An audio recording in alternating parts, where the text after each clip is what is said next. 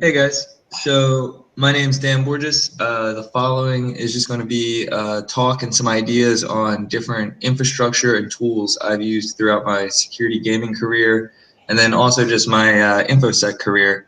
And I found these to be like extremely helpful, and I've learned from a lot of other people by using these tools collaboratively. So a lot of mentors have been able to show me stuff using these tools, and then vice versa, I've been able to set these tools up and really pass the knowledge on. So I think if you guys could implement a lot of these similar techniques, it would take your club and your gaming career really far. So who am I? Again, I'm just a casual CTF player. I actually hosted 2 CTFs for the first time this year, B-sides SF, and then B-sides, I believe it was North Carolina, Asheville. And then I also used to do consulting and red teaming for Mandiant, and then I'm also on the CCDC red team. And currently I run my own startup, and we make a bunch of like different embedded systems that all connect back. And I do a lot of freelance pen testing. So just a little story. When I was on the national CCDC red team this last year, we used a ton of these tools in our actual operations. And that's going to kind of be the lessons that I want to impart and I want to share with you guys. So how do we use these infrastructure? A good example is we'll have interactive document applications like Google Docs or something like that. And we use these to share notes such as vulnerable services, vulnerable servers, passwords, different credentials we harvest, even shells or reports as we're working on them all real time to share information. Because again, as you guys know, when you play these CTFs or these security competitions, it's very tightly scoped. You only have 48 hours. It's a really heart pumping like kind of environment. Everybody's on the edge of their seats. You're all working quickly. So we'll use all of these tools, and like I said, we have these notes about vulnerabilities, and then we might use these vulnerabilities and exploit these, and then set up some kind of common command and control infrastructure.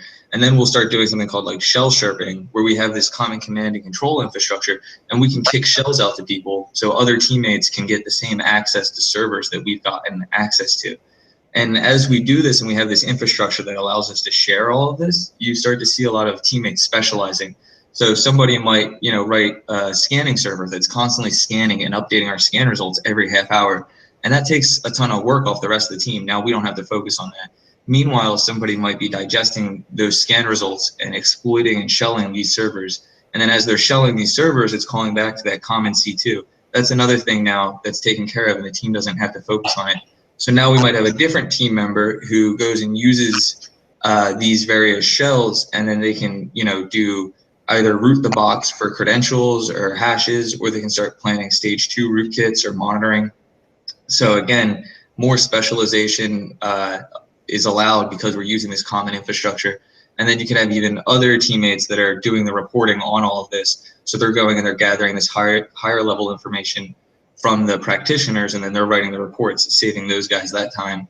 And then finally, you might even have like a special teams that's designing new tools or writing new things that you might need on the fly. So there's, special software engineering architecture that we can set up that enable these teams. So that's kind of the stuff we're going to go over. But first, we have to cover some basics.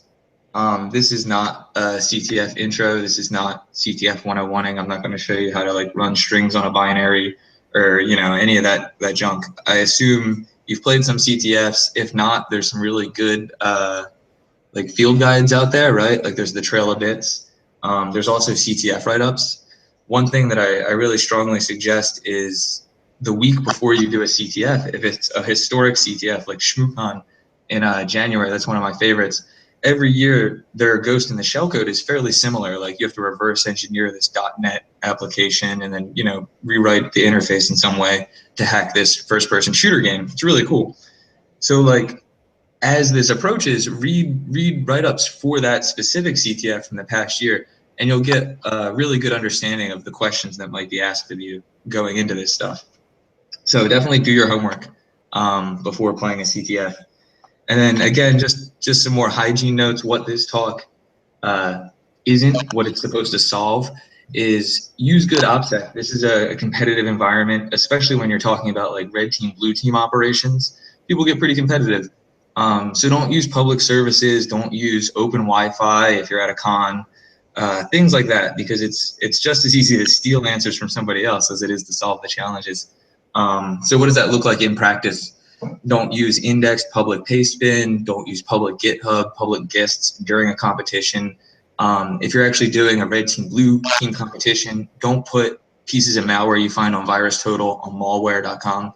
That stuff, it's going to be seen, it's going to be looked at, it's going to be scrutinized by your competition, and they're going to be able to get a tell at your hand what you know and what you have. So here you can see we did this live during a CTF. We searched a unique string from a binary we were trying to reverse, and then we searched pastebin for stuff like that and the word flag, and we found another team that solved the challenge before we solved it, and we just pulled their script, ran it, and boom, it was like 200 points.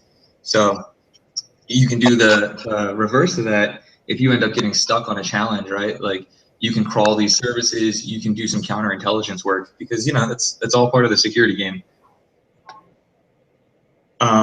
And then just a little bit more before we get into the real meat of this talk. Have your tools ready. Again, this is not CTF 101ing. You guys are, professionals. So have your Kali image set up, have your SIFT, have that one in the bottom right is Santoku. It's really good for reversing Android applications, APKs, doing Android forensics. So have your tools ready, have your cheat sheets ready, have your notes ready. Another thing people like to do is they like to distribute packages of tools, right? So there's a package called CTF tools on GitHub, and similarly, my team, Shadowcats, we put together our own set of analysis tools, and you could have these in your own ISO, in your own, Git repository, and just deploy these locally to your teams. Now, one trick that I really like, and this is where it's getting into the meat and potato of this talk, how can you set up this infrastructure to enable your team? One of the concepts I really like is like a jump box enclave, right? So you have a bunch of these Kali boxes sitting in the cloud somewhere, and you can VNC to them or you can SSH to them. And now you have a toolkit in the cloud that anyone on your team can use. So they can come in, on their phone or on a Chromebook, and they can just jump into this team box with you and use all these tools. And you have the tools set up and ready to go for your team, rather than, expecting them to come prepared. So that's what we're really going to jump into here, is how can we set up this infrastructure to enable our team to be successful, rather than a bunch of people showing up and not having, the tools they need, or even worse, leaking our intel and leaking our flags as they just try to share this with us. So we're going to go on to the first application that I really like here, and it's called Pure Funky Magic. This tool was actually inspired as an internal DoD tool, and it's great. Like, these are basic data transformations that everybody uses all the time. But so often we rely on web applications to do a quick base64 decode for us, or URL encoding, or even unzip a file. Now we can have a private web application on our own network to do all of these data transformations and then quickly share this information for us. And again, this is, it looks like simple stuff, like, oh, I have a bunch of Python wrappers that, convert data to hex or do Unix epoch timestamping, right? So why do I need this? But what if you have a teammate on a Chromebook who can't run your Python stuff natively? So again, having this private internal application to do these quick data transformations is like super powerful, because you're just going to see your teammates, they're going to go somewhere else for this. So why not let them go to something secure that you've set up? And Pure Funky Magic is super easy to set up. It's just a bunch of really well-written Python classes that are all modularly designed and then called from a PHP web interface. You literally just download the Git repo and then drop it into your web root, and then configure whatever your web server is to execute Python files, and like boom, 2 minutes set up. So really useful tool, really great. And what really is fantastic about this, rather than just writing your own, is A, it's easy to extend, and B, the reason it's easy to extend is the code is so modular that you can just chain everything together. So if you can see up in the upper right-hand corner, you can literally chain these operations. So you can take something from base64, do any kind of operation on it and then like put it back to base64. And then you can add this output to a file, to the web browser. Again, it's just really modular and really powerful. So moving on, what really ties a lot of these applications together and enables them is chat applications, right? And that's really the core of information security, if we're talking about it, right? Is like, you know, chat, like what are our communications? How are we staying in contact? And if your chat is insecure, it's pretty easy to be compromised. So there's a number of different applications I like to use for secure chat. And we're going to go over those. The first one is definitely Slack, because you can set up private channels. You know, you can have your own room, and then you can have like private channels based on the different challenges you're working on, or even the different CTF that you're working on. And then we like to do things like integrate GitHub, integrate Google Docs, so then we can work on those interactive document applications live. So we could have, let's say, a channel devoted to a recon challenge, and we could have a live doc going on what we've already found out, all this different information we found on that live challenge. And then you can also integrate something like GitHub, so then you could write scripts to find you more information, or scraping scripts, and then also pin them to those same channels. So ChatOps is very powerful here, and it keeps people really connected. And again, the reason Slack's so powerful is because it lets you see all these different operations, all these different integrations. So if you're using GitHub as your Git repository, having that integrated to your chats and seeing what people are working on in real time is great when you're talking about a 48-hour live competition where you need your whole team to be, you know, in tight communication. If you don't like Slack, I know some people don't, there's Quip. Quip I found is amazing for CTFs, because again, you get these really rich interactive docs, and then you get this chat on the side of it. And I think the reason that both of these are so good for CTFs, for like, you know, these short-lived intense competitions, is because they both have really good mobile apps. So you get like this live update as your teammates are working on things over the 48 hours, which really keeps people involved. You know, like you'll be sitting there and you might go to sleep at 9 and somebody else might come home and start taking over at 9 p.m. and you wake up and you see all this chat, like, you know, from all this work they were doing while you were asleep, and you just get right back into it, all excited, you know, to keep working on these challenges. So Quip is fantastic for that. And I think one of the reasons that Quip is great for CTFs over Slack is because you can create folders, and you can create that whole like nested directory structure in Quip. So you can create folders for CTFs and then have folders for challenges in there. And then, you know, you roll that back and you step out of that, and then you can archive a whole CTF when it's done. So then at the end of the day, you're left with like a folder of all your archived CTFs you guys have worked on, and then maybe all your live CTFs or things you're currently working on. So it's just a great management application, and it's really fantastic for chat ops. EitherPad is, again, this is another live document application. The difference with this one is the other two are hosted applications, whereas EitherPad we can run in a private network. So it really gives us that full freedom of running the application, controlling everything. And this is what we actually use on the CCDC red team. Because CCDC is such a big / internal game that we don't really host a lot of our infrastructure outside. And the CCDC red team actually has a ton of red teaming infrastructure set up. So as far as EtherPad goes, we have EtherPads for everything, for scanning, for exploits. We have an EtherPad for every single team. We have EtherPads for recon. Not only that, but we have Slack chats and GitHubs. And year round, we're sitting there talking. We're doing recon on different blue teams, especially as national approaches. We keep track of every blue team that wins their different regional in Slack. And then we do extensive recon on all the players and the teams, you know, whole 9 yards.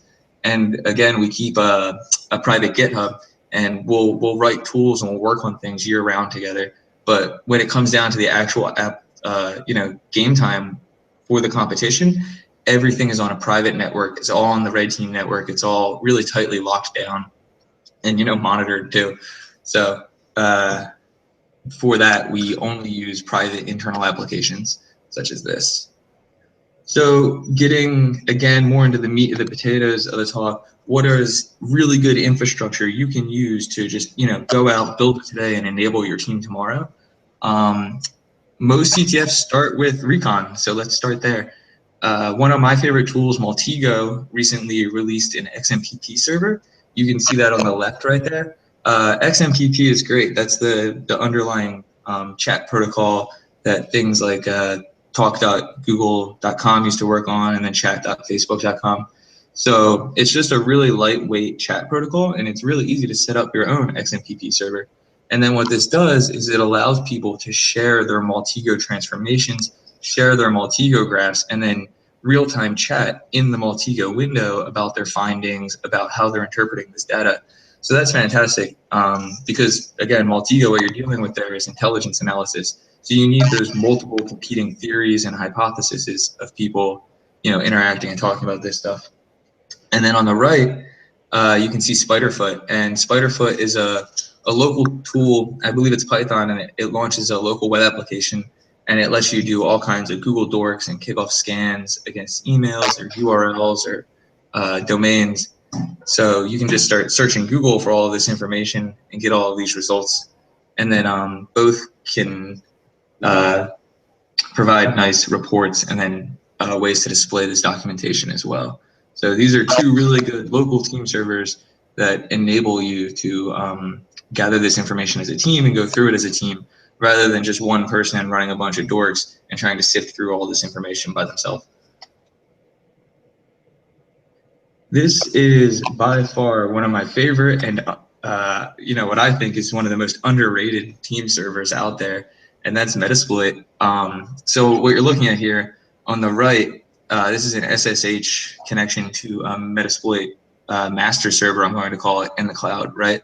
And what it's done here is it just launched MSF console, and it made a basic connection to its own local Postgres database. And then what you have on the left is you have a virtual machine running Kali, and then they've launched MSF console in there, but they've connected their database back to the master server.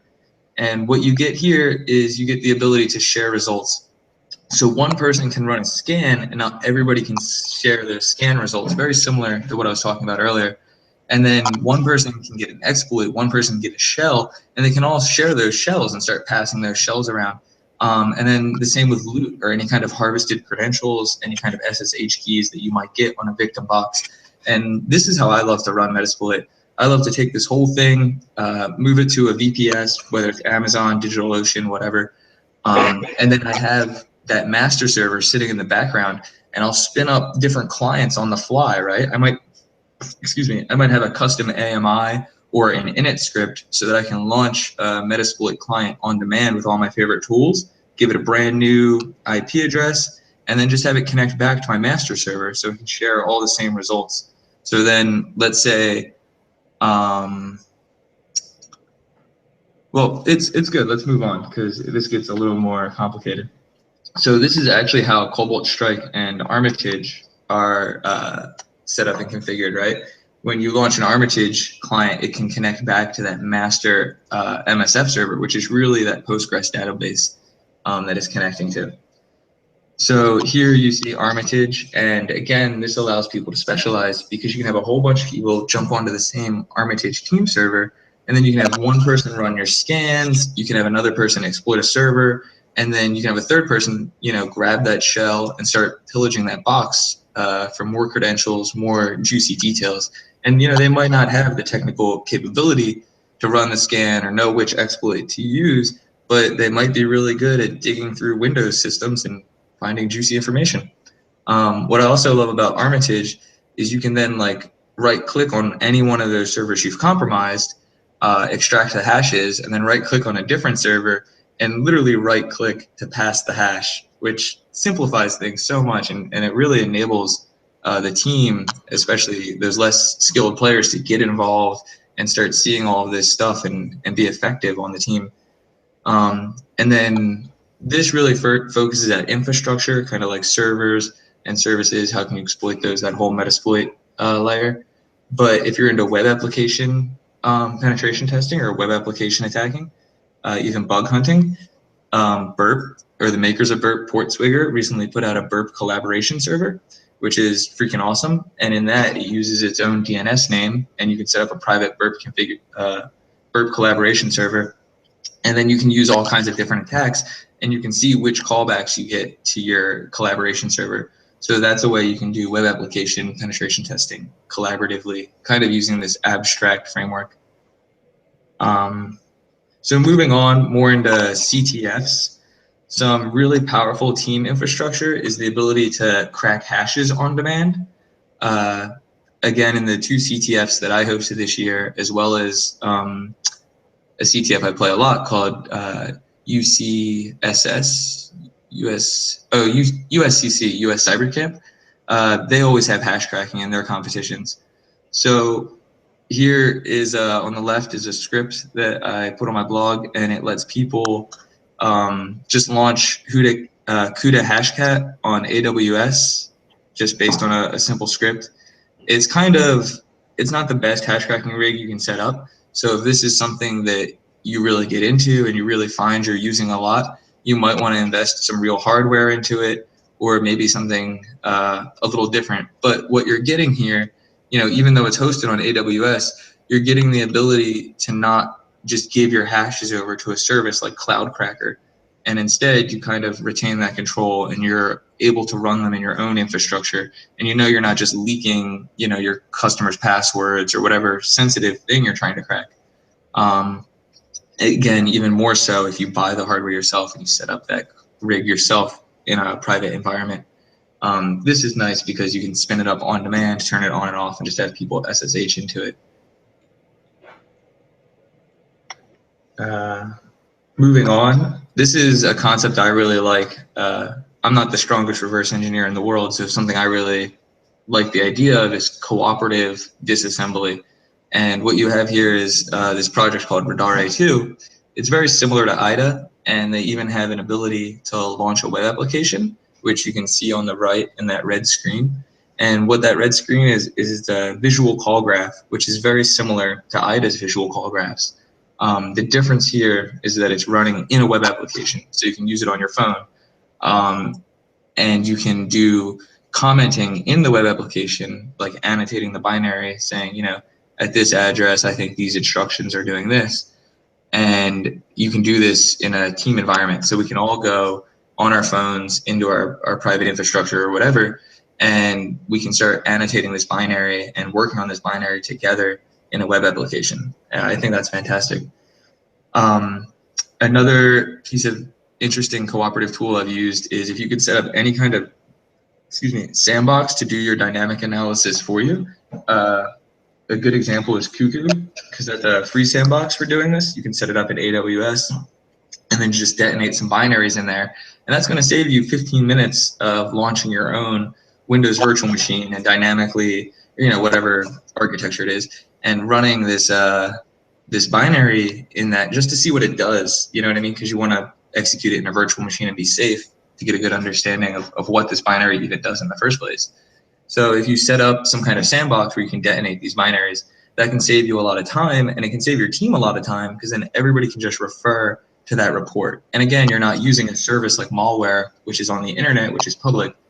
You're doing it internally. So there's different solutions there depending on your budget, again, right? You could go with something like Alien Vault or one of the FireEye boxes, and they cost more money, or you could set something up cheap and free and just build your own malware, which is the Cuckoo sandbox.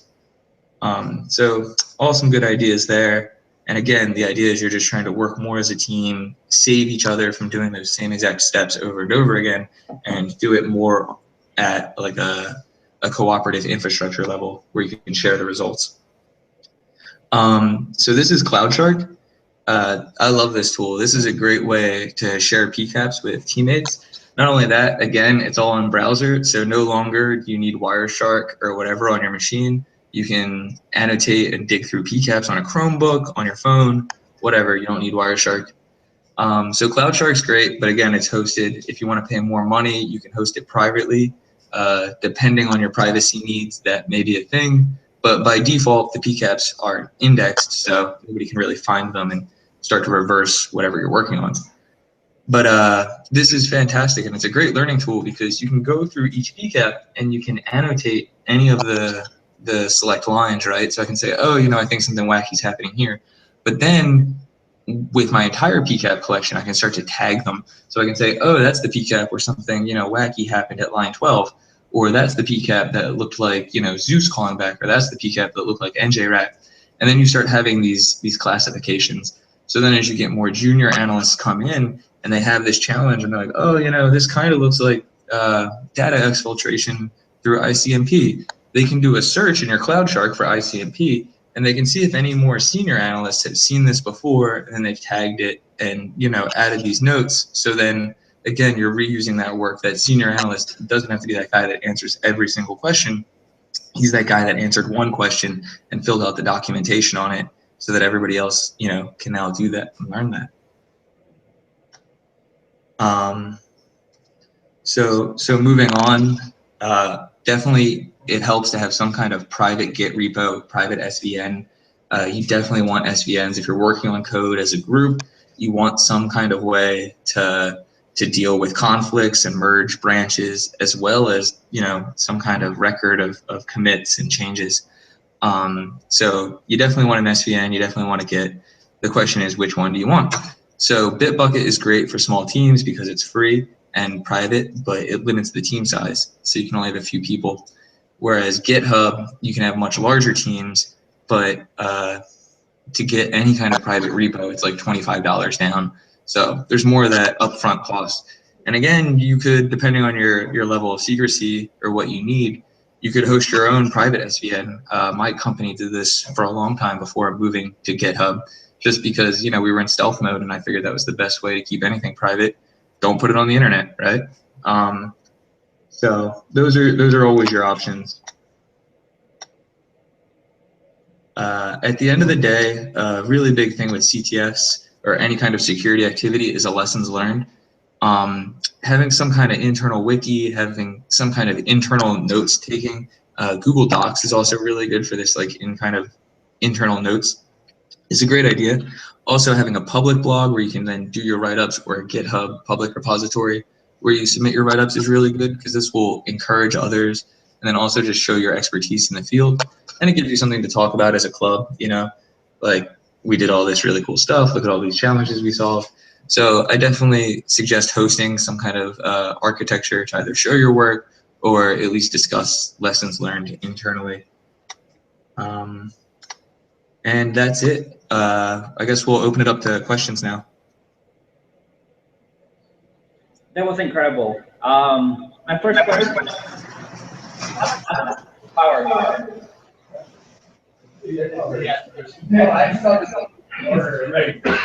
Okay, my first question is, how much computational power should you have on demand to crack hashes? All right, so that's a good question. Normally in any kind of CTF, they're not going to give you anything unreasonable. So having one good GPU that you can run for 12 hours is normally the most you'll ever need. They're not going to give you something insane. They want it to be doable, and CTFs, they want it to be solvable. So you're not going to need a crazy rig. That said, what was it, USCC that I did in San Jose, summer of 2015, the guy that won that brought his own desktop, right? That was like a 3-hour event. However many flags you get in that 3 hours, they win. He did this kind of CTF before. So he brought his own desktop with his own GPU, and he was able to rip through way more than anybody else, and he picked up a ton of points from that. So it could be, like a power versus speed thing, but typically it's just one GPU is all you're going to need for an event. But dedicated, right? You're not going to want to run it on your laptop and floor your laptop and still try to play the games. Hey, Next question. I have a question. Can you hear me? Yeah. Can you hear me now? Yep. Cool. So a lot of what you said is definitely about collaboration. So I was wondering on more of the social sides, that hackers sometimes not really good at social skills necessarily, or some of us are really great at it, my apologies. But anyways, how do you recommend when teams are trying to coalesce and get together, when teammates have conflicts, or there's people that just try to do everything and domineer and just completely shoot out everybody and don't even people that shoot you? Right. Right. That can be really difficult, and I've experienced that a lot throughout the career. So You have to divide it into two different things, right? One, you're talking about organizationally. How are you guys going to function as a society? In that kind of case, I think you need to have like meetings and definitely like forums and come together as a group. But I think when you're talking in the terms of a competition, and you're saying, this is a short-lived event, we have 48 hours to get something done and pick a path. I think in that sense, it actually helps a lot more to have a leader that's willing to make a hard call and go down a path, whatever it is. So let's say it's a 48-hour event and you have two competing hypotheses and you have two different groups saying, hey, this is what we need to do, but your group really only has the resources to do one well. That's when you need the leader to make the call, and you need the team to rally behind the leader and drive that project. Again, I think that's more for operations and like short-term kind of stuff. And if you're talking more about like running a group, approaching things in general, I think that should be more diplomatic with a larger body of voices. And also, if I might add, then it also covered that the senior guy that explained it, he can either explain it 1,000 times to every new guy that comes on board for a short-lived club like we are. We're constantly leaving this school, coming in, we're going to have more people interested. The person who makes the best notes on how they solve things, on how they get things done, has to repeat themselves less, and the information gets out there so that everybody can get on par with the expert level without tying that one person up. And right. So that'll help everybody get on the same level faster. And yeah. So right. That can be a big part of it too, is I just read this book, The Phoenix Project, and a big part of the Phoenix Project was they had this one expert that they were constantly trying to push work through, and it became this this bottleneck of work, right? Like the dude could only process so much. So that's why setting this infrastructure up and documenting these processes can help so much, because it can distribute that knowledge base, right? So then, they don't always have to go to that one choke point, right? That you can have this knowledge set up and people can find the answers themselves and they kind of go back and do their own thing. I had a question. There's plenty of practice CTF sites that are like Hack This Site and Leapshaw and yeah. I was wondering if you had a personal favorite, or if you've seen those. Yeah. I love those sites. So some of them definitely scare the hell out of me. I forget the name of the one. It might be like Over the Wire or something. But it just starts where like level 1 is you cross-site script the site itself. Not down with that one. Because the second you open the page, you just get like tons of JavaScript going crazy. But some of them are great. Like VulnHub is a really good collection of different ISOs where you can host the virtual machine, and then it's like a standalone CTF.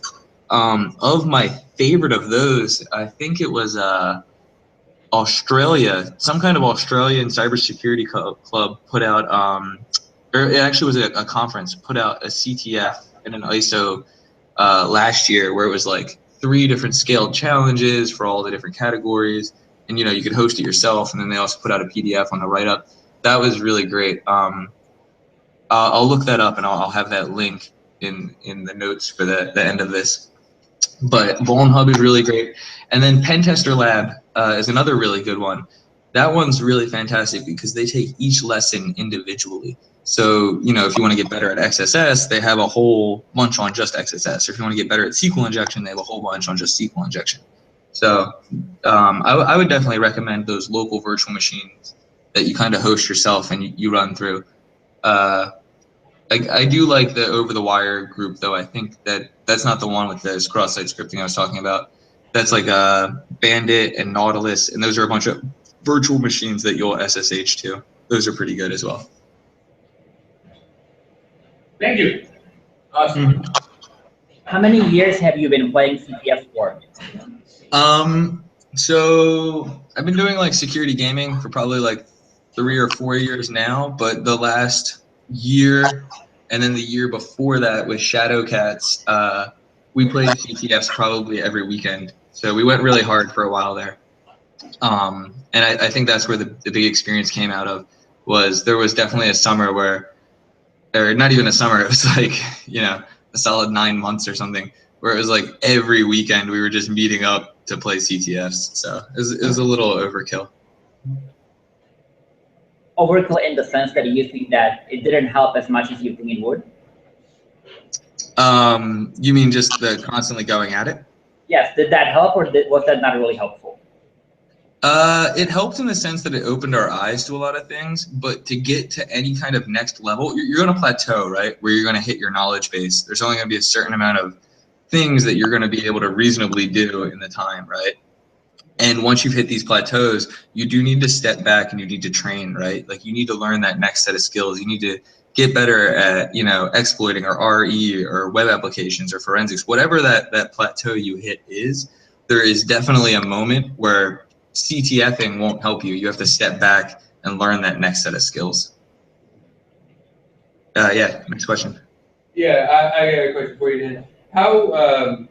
How would you say that CTFs have helped you professionally in doing your job as a pen tester or just as a researcher, as a computer scientist? Right. So I think CTFs have helped me in 2 ways. One, they help you specialize. They help you figure out like what kind of niche you have and what you're good at, right? Like whether it's web app pen testing or, you know, it might be forensics or like anything like that, right? But other than that, it also shows you a lot of edge cases, and it prepares you for odd things and helps you learn really niche information about computer science. So there was multiple times that I did interesting forensic cases on, or not forensic cases, but like CTF forensic challenges that taught me about new things, maybe like how zip containers work or how a certain image file format works, or what is the metadata for a certain image file format. And then I've actually used these exact techniques in forensic cases where I found some of that evidence and I've just kind of examined it for those similar techniques. So I guess if I had to really nail it down, for me specifically, it would be I've learned way more about like certain in-depth topics like file formats and forensics, and then that's helped me in my job. Outstanding. Does anybody else? Go ahead. Yeah, hey Dan, I have a question. When your teams have been in competitions, how do you delegate the workload in terms of attacking problems? Do you have like just one person do one problem, or do you have the whole team collectively approach each problem together at the same time? Or Right. Sometimes you didn't do both, you know? Like Right. So typically the way my teams have worked is we will kind of divide and conquer. We all have our areas of specialties, excuse me, and we'll go through and we'll kind of like, so I guess when we start, we kind of skim all of the challenges. We'll kind of go through each one that's available and we'll write down some short documentation on what it is and what we think the goal of that challenge is, like, right? Like what subject does it deal with and what is it kind of asking you to do? And we'll go through and we'll prepare some of this basic documentation. And then usually during that process, somebody kind of hits something that they really like or that they get stuck on. And then they'll just work on solving that. So then what it looks like is we have this drive full of all this documentation, and the documentation's partially complete, and there's different people working on different things. And this is where, as a team, it helps to come together and then start to communicate and say, who's working on what haven't we documented? Because sometimes there's quick points you haven't even covered that you could just pick up. And then once you see what everybody's working on, kind of gauge how close they are to solving it, what do they need, etc. And then from there, you'll see different people start to team up on stuff together, or they'll drop different challenges that they thought were hard, and then you'll come back to them later as a team. But it usually starts with this like spread and understand what's on the field and what can we pick up easily, and then, you know, focus on things after that.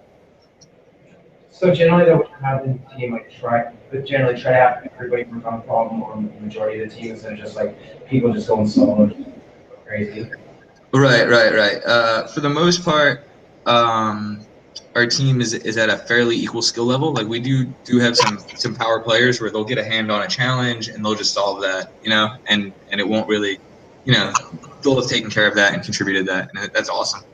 But for the most part, it's more like people discover individual challenges, and then it takes one or two people to solve those challenges, maybe not an entire team. But we do come together over some stuff, or we will pick up where somebody left off. And it's usually 2 or 3 teammates, maybe out of like 4 or 5, interacting at any given time on any given challenge. In my opinion, once you start getting more than that on there, you're either stuck or, you know, it's hard to understand what kind of headway you're making. If you have the choice between meeting in person and collaborating when you're working at home, just by yourself, what would you choose? Why? So a lot of times the teams are distributed, so we work at home like from all over, but we also like to meet up at hackerspaces. So there will definitely be like, let's say it's a 48-hour CTF. We'll try and pick like one day out of the weekend where the core team can meet at the hackerspace, and you know, we'll usually meet up at like Hacker Dojo, Noise Bridge, even somebody's house, whatever.